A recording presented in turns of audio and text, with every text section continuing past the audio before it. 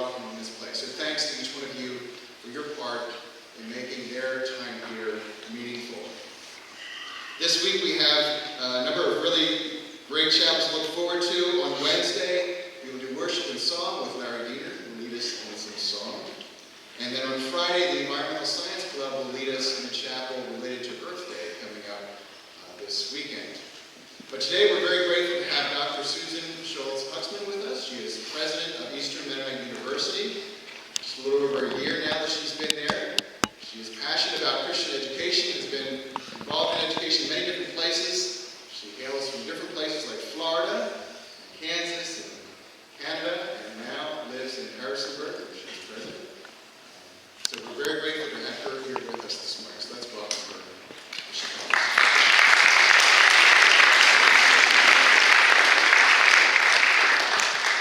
Thank you, John. Good morning, Duck Academy. And it is a good morning, even though it's raining. One of my favorite hymns, rain down, rain down, rain down God's love on his people. As John mentioned, my name is Susan. I am new to Eastern Mennonite University. I recently arrived from Canada. Yes, that's the Great White North. We have lots of snow and we do hockey and curling outside until May. I am an American citizen, though, who grew up in Florida, spent a long time in Kansas raising 3 children with my husband, who is here with me today.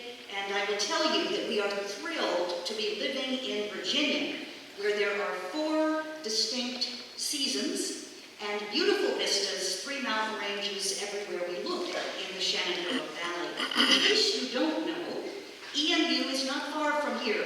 4 hours, almost due south down Highway 81. We have 12 current students from Doc Academy at Eastern Mennonite University, and so they know that route well. We are a vibrant, rigorous Christian liberal arts college, founded by Mennonites in 1917. Yes, in the midst of World War I, a peace college was planted in the Shenandoah. We are 100 years old, and we have an amazing track record in placing students in excellent careers and first-rate graduate programs. We have 50 academic majors, starting from A to, not Z, but A to Y, which is basically aviation through youth ministries. And this year, just this year alone, we have won national recognition, not just state recognition, not just regional recognition, but national recognition in engineering, mathematics, biochemistry, nursing, and photography. So if you'd like to know more about these fields and others, please ask your guidance counselor. We also have some materials out here after chapel that you're willing to pick up. I also want to give a brief shout out to the Doc Choir, a really impressive choir. We were able to host you and many other choirs at the MSEC Music Festival in Harrisonburg last weekend.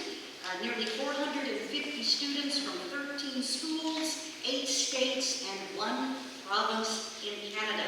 And since the Canadians were coming, guess what? We managed to arrange for snow on Saturday. If you are in the Doc Choir, you will remember that.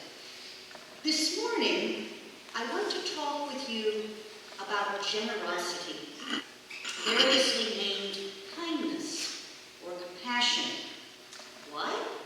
Because it is a core value that we subscribe to at Mennonite schools, K through 12 and higher education.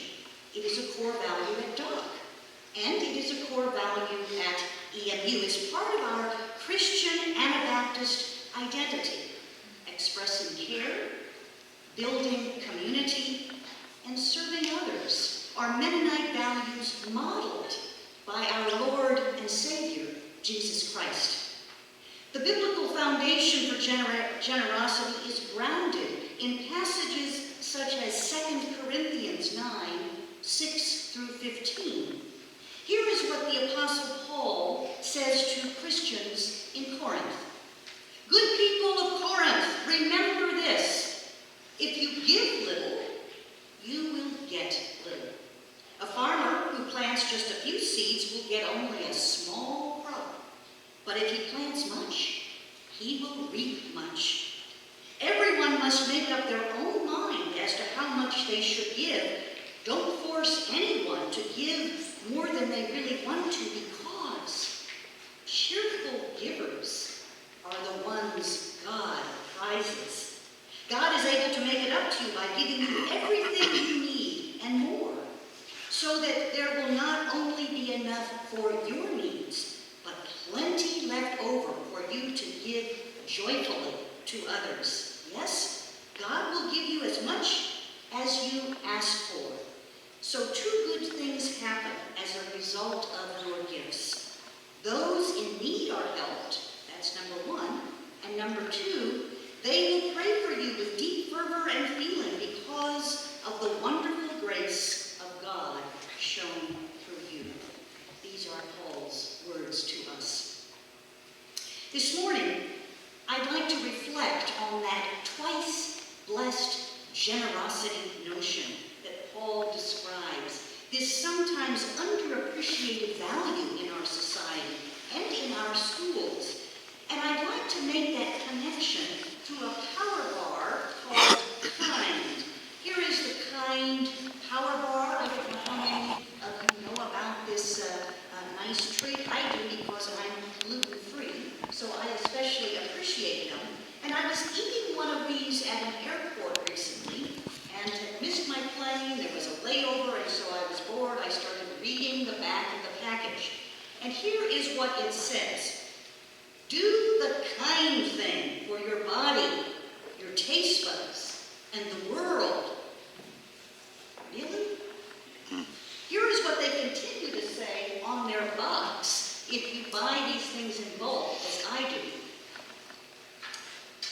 Here at Kind, we think a little differently. Instead of or, we say and. We choose healthy and tasty, convenient and wholesome, economically sustainable and socially impactful.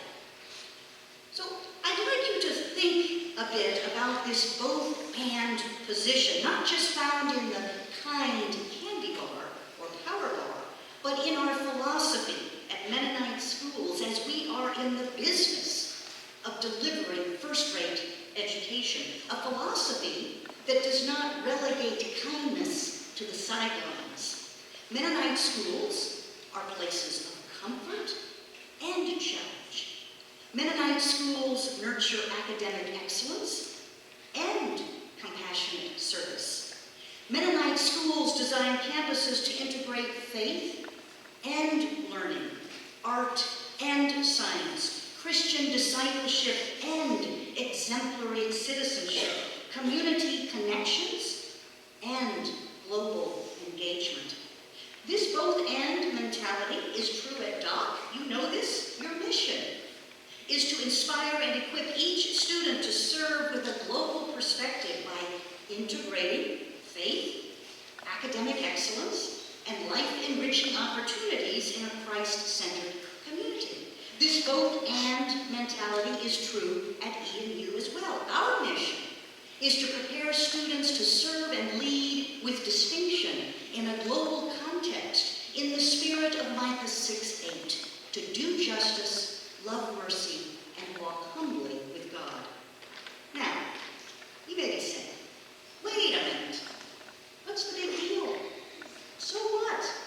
So what that Mennonite schools, high schools, and colleges and universities teach generosity alongside great academics?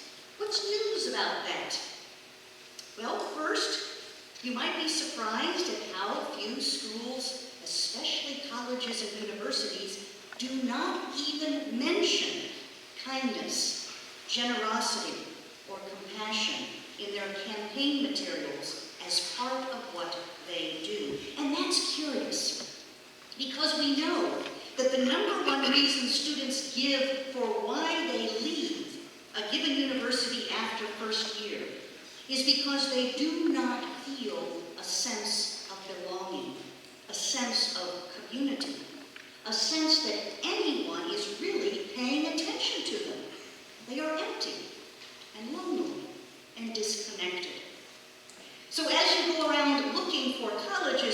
universities and ask very good questions about affordability and program reputation and placement rates, all excellent questions. I would encourage you to ask just one additional question to the university recruiter, and that is this question. What can you tell me about how you nurture a culture of kindness? In some cases, you may get a blank stare back. And a second reason this is important and different and answers the so what question is that acts of generosity are pretty rare in society at large. You know that when stories of generosity make the news, something very strange is happening. You know the definition of news. It's only news if it's unusual or deviant. If a dog bites a man, that's not news. A man bites a dog, hey, that's deviant, that's news. Sometimes generosity does make the news, as it did in the super competitive world of high school sports in a little town near El Paso, Texas. The basketball court is one of the most unlikely places that you'd see generosity exhibited because it is generally super competitive.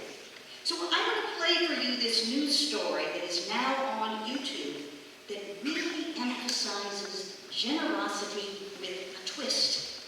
And it really underscores Paul's lesson to us that God prizes cheerful givers, that generosity is twice blessed. Take a look and a listen.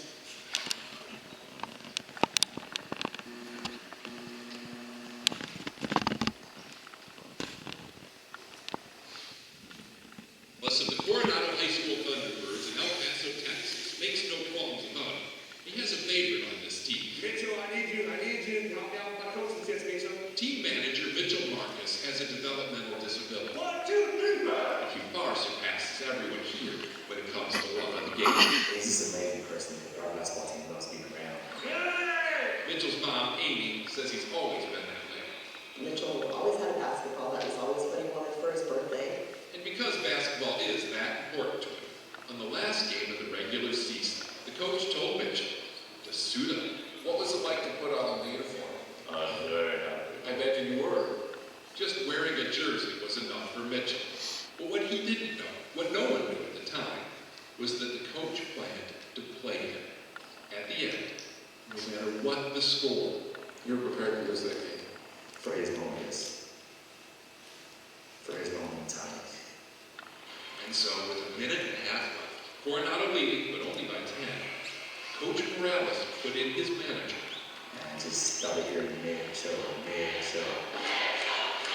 But here's where the fairy tale fell apart. Although his teammates did everything they could to get Mitchell a basket, each time they passed him the ball, he either missed the shot, or like on their last possession, booted it out of bounds, turning the ball over to the other team with just seconds left. He wasn't going to be able to score. But I was hoping that he was happy that he was just put in the game. Could you have ever imagined what happened next? I could not. Not at all. What happened next happened on the inbound. The guy with the ball there is a senior at Franklin High School, number 22, Jonathan Montañez. I was raised to treat others how you want to be treated. Just thought Mitchell deserved his chance, deserved his opportunity. I think I'll cry about it for the rest of my life. What Jonathan did was yell out Mitchell's name, then threw the ball right to him. Right there.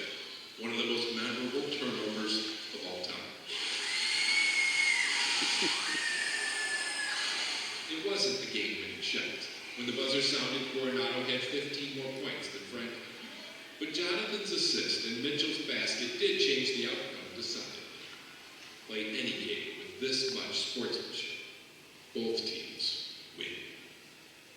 Steve Harmon on the road in El Paso, Texas. Now that's generosity. Heaping portions of generosity.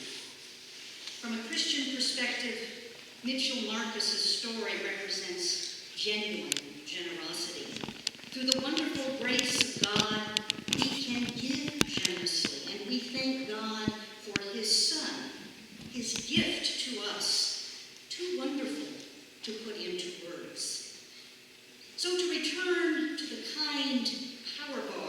this treat that celebrates and instead of or, that insists that it is healthy and tasty, convenient and wholesome, economically sustainable and socially impactful. It's a bar that's a lot like our Mennonite schools, where we aim to support cheerful givers and outstanding scholars. To close, I want to remind you of what the great American literary figure Henry James famously said.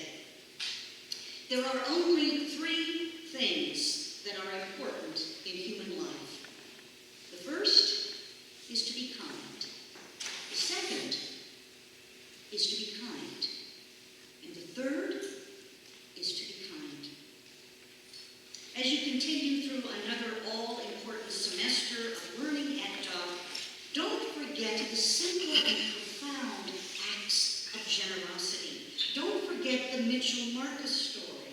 And more importantly, don't forget the Mitchell Marcus individuals in your own community. One of my favorite sayings about generosity is this. It is from an ancient African proverb. If you want to touch the past, touch a rock. If you want to touch the present, touch a flower. If you want to touch the future, touch a life. So go touch the future, students of Doc Academy. Thank you.